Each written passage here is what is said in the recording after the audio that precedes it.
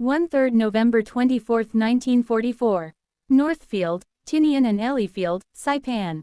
The 21st Bomber Command launches 111 Boeing B-29 Superfortresses toward the Japanese mainland.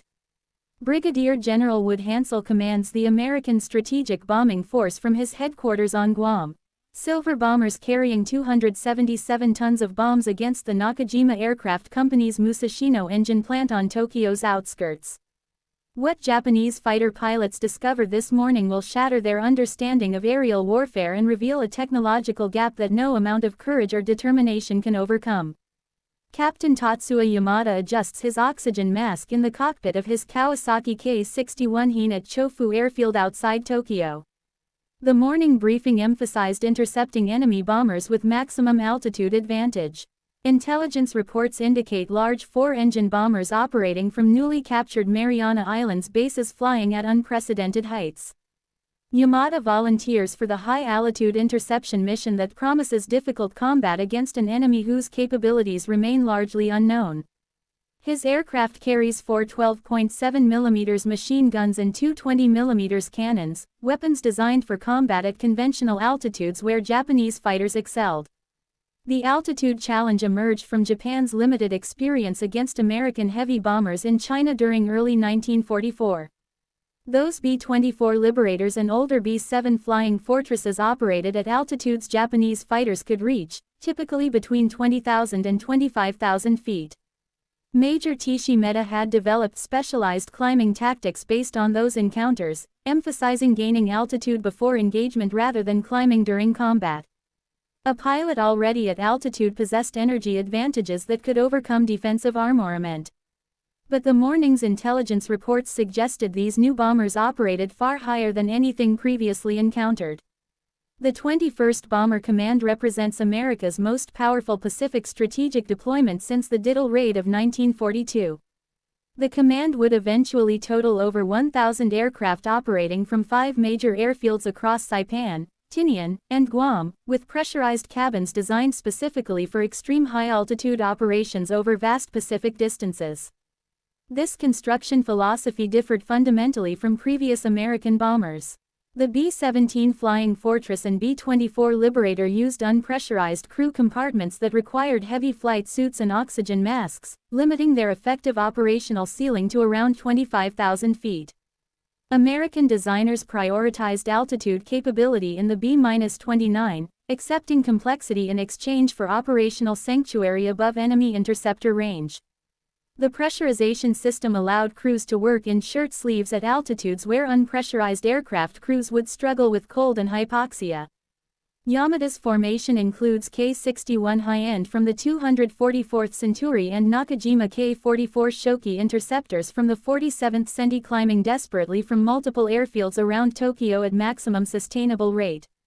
The Japanese pilots observe contrails forming at extreme altitude where American formations approach from the southeast. Radar operators at the Chiba Detection Station identify the incoming formation at 27,000 to 31,000 feet, varying their altitude as they navigate weather conditions. Ground controllers vector defending fighters toward the threat axis, but the climbing interceptors struggle to reach even 25,000 feet before the bombers arrive, over target. The technological disparity becomes immediately apparent as opposing forces attempt engagement for the first time. Yamada flies an aircraft designed in 1941 for medium-altitude combat against Chinese and early Pacific War opposition. His Ki-61 weighs 7,650 pounds lb with a 1,175 horsepower Kawasaki HR-40 liquid-cooled engine providing 368 miles per hour maximum speed at 16,400 feet. While specifications claim a service ceiling of 36,000 feet, actual combat performance degrades severely above 28,000 feet. The engine loses power dramatically in thin atmosphere, while control surfaces become increasingly sluggish. Self-sealing fuel tanks and pilot armor had been incorporated following combat experience, adding weight that further reduced altitude performance. The Ki-44 interceptors from the 47th Centi attempt reaching the bomber formation, which varies between 27,000 and 30,000 feet altitude depending on weather conditions. These fighters, specifically designed for high-altitude interception with superior climb rates, struggle desperately in the thin atmosphere. Engines overheat while producing a fraction of their sea-level power, and pilots gasp through inadequate oxygen systems that were designed for shorter engagements at lower altitudes. The interceptors manage to reach 28,000 feet before most begin stalling, still thousands of feet below many of the bombers. Those few fighters that achieve sufficient altitude lack the energy for sustained engagement. Control surfaces barely respond in rarefied air while engines strain beyond design limits. The B-29s maintain formation integrity at their operational altitude. Crews working comfortably in pressurized compartments without the heavy flight suits or cumbersome oxygen masks that handicapped previous bomber operations. Captain Robert Morgan commands the lead superfortress Dauntless Doy as navigator Captain Theodore Vansirk identifies the primary target through the Norden bomb sight. The bomber's 4 Wright 350 engines generate 2,200 horsepower each, maintaining over 300 miles per hour true air speed at operational altitude despite the thin air. Turbo superchargers compress the thin atmosphere, maintaining engine power where naturally aspirated engines fail. The pressurized compartments connect through a tunnel over the bomb bays, allowing crew movement without altitude suits. This design enables sustained operations at altitudes previously impossible for combat aircraft. The central fire control system coordinates defensive armament through analog computers, tracking multiple targets simultaneously, while gunners operate from comfortable positions. Yamada pushes his K-61 to absolute ceiling, the airspeed indicator showing barely 180 miles per hour as the fighter wallows in thin atmosphere approaching 30,000 feet. His pre-war training never anticipated combat at such altitudes. The mission briefing emphasized attacking from above using diving passes to maintain energy, but reaching position above the bombers proves impossible. Japanese doctrine developed against unescorted B-17s and B-24s operating at moderate altitudes proves completely inadequate. The high-end sustains 30,000 feet for mere seconds before stalling, forcing recovery that costs 3,000 feet of altitude. Multiple attempts achieve similar results as engine temperature gauges exceed redline limits and oil pressure fluctuates dangerously. Yamada observes bomber contrails passing overhead, their defensive guns tracking his fighter but not firing due to extreme range. The altitude gulf prevents any meaningful engagement despite desperate Japanese efforts and early warning of the raid. That morning, only 40 Japanese fighters managed to make any attacks on the bomber formation, most achieving just single firing passes before losing energy. Machine gun rounds fired in climbing attacks lose velocity rapidly in thin air, many falling short of targets. The few fighters reaching effective firing position possess insufficient energy for sustained engagement, managing only brief bursts before stalling away. Anti-aircraft shells explode thousands of feet below the bombers despite maximum elevation settings on the guns. The largest Japanese anti-aircraft weapons can theoretically reach 30,000 feet, but accuracy at such altitudes proves virtually impossible. The November 24 raid marks the first mass B-29 attack on Tokyo since the symbolic Diddle raid 31 months earlier. The formation maintains course toward the Nakajima Aircraft Company's Musashino engine plant, Japan's most important aircraft engine manufacturing facility. Chief Bombardier Lieutenant Coleman releases his bombs on signal, followed by other aircraft dropping in sequence from their varying altitudes. Due to powerful jetstream winds discovered at altitude reaching over 200 miles per hour, only 24 aircraft hit the primary target with others bombing secondary targets or missing entirely. Yet the psychological impact proves profound. The bombs fall from unprecedented altitude while Japanese fighters circle helplessly below, unable to reach the attackers. Ground observers watch vapor trails crossing Tokyo's sky at previously unimaginable altitude beyond reach of defending fighters. Lieutenant Kenji Tanaka coordinates fighter operations from sector control, receiving frustrated reports from interceptor squadrons. Pilots report engines failing, controls becoming ineffective, and inability to sustain altitude necessary for interception. The bombers proceed through Japanese airspace, suffering only one loss to a ramming attack by a damaged fighter in a suicidal gesture of desperation. Defending pilots expend fuel in futile climb attempts, most returning to base without ever reaching firing range. The technological superiority displayed shocks Japanese military leadership and pilots alike. The 21st Bomber Command concludes its first Tokyo mission with minimal damage from defenses, though mechanical issues force several B-29s to divert or ditch in the Pacific. Japanese fighters claim only one confirmed victory through ramming, while bomber gunners claim 5 Japanese fighters destroyed. The altitude sanctuary contradicts every Japanese expectation based on intercepting lower-flying bombers from China bases. This operational failure stems from fundamental misunderstanding of American bomber capabilities and the revolutionary nature of the B-29's design. Lieutenant Commander Minoru Gender observes B-29 operations from Naval Headquarters, analyzing Army fighter failures with growing concern. His intelligence. 2/3 reports emphasize the unprecedented bomber altitude that exceeds Japanese interceptor capabilities by significant margins.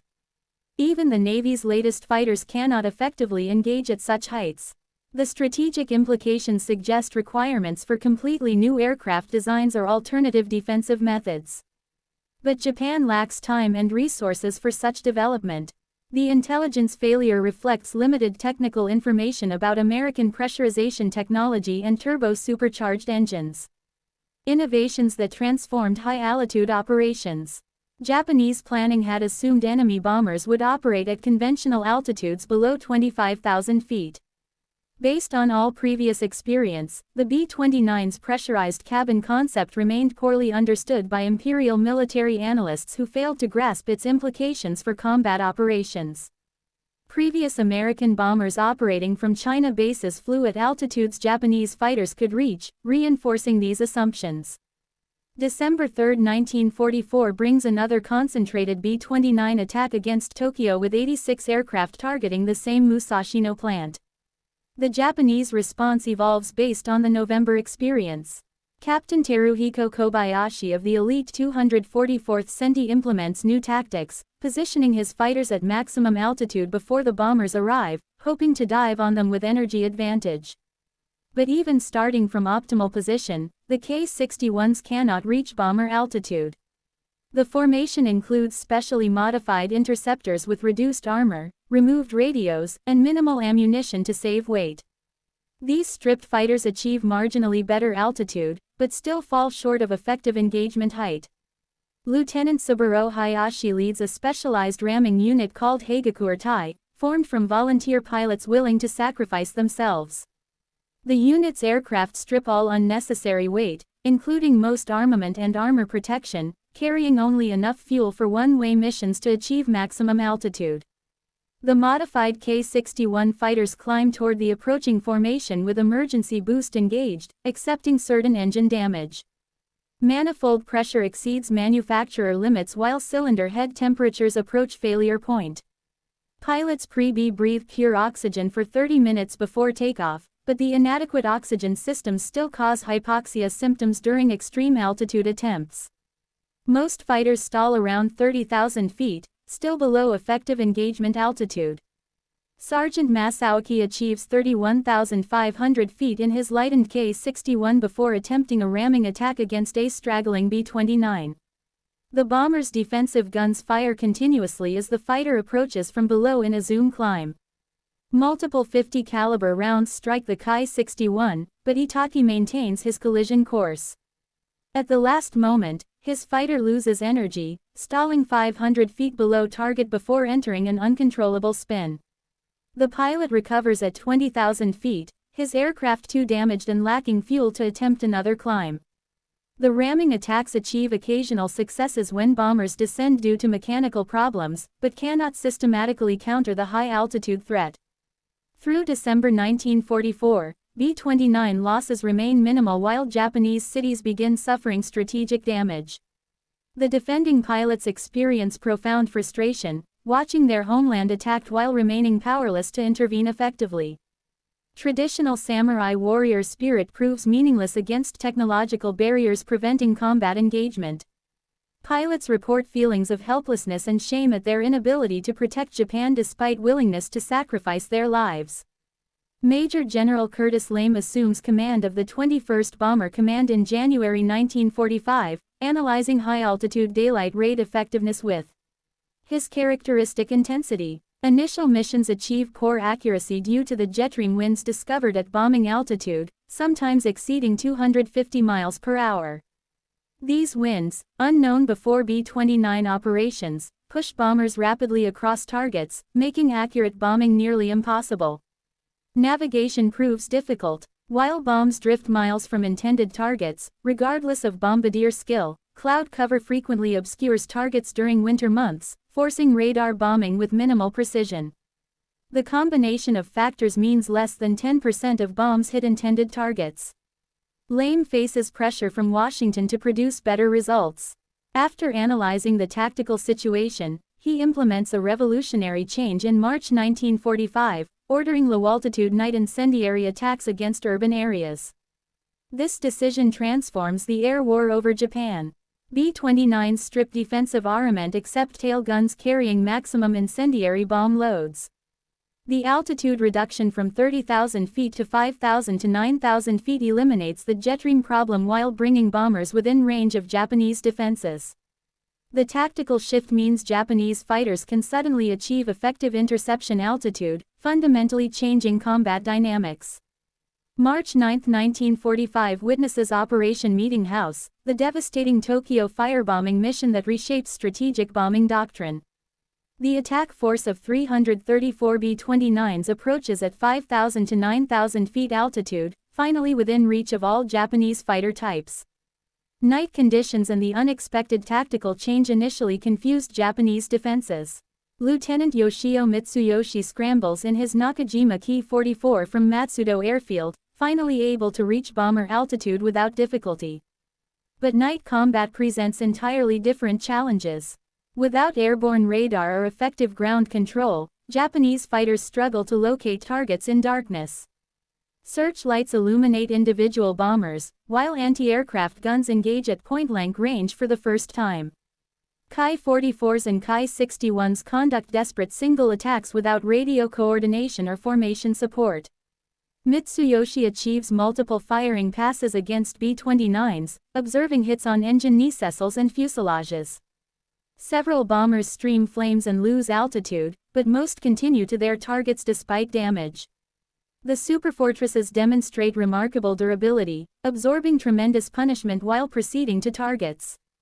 Remote-controlled turrets engage attacking fighters with radar-directed fire in darkness, proving surprisingly effective. Japanese pilots trained for daylight combat struggle with night engagement techniques. The incendiary attack creates a firestorm consuming 16 square miles of Tokyo, killing an estimated 100,000 civilians in the deadliest air raid in history. Japanese fighters claim 14 B-29s destroyed, the highest toll of the war, but cannot prevent catastrophic damage to the capital. Low altitude enables interception, but overwhelming bomber numbers, night conditions, and the surprise tactical shift limit defensive effectiveness. The success of firebombing validates LAME's gamble, establishing a pattern for subsequent raids. The tactical shift invalidates Japanese high-altitude interceptor development programs that had been desperately pursuing solutions to the altitude problem.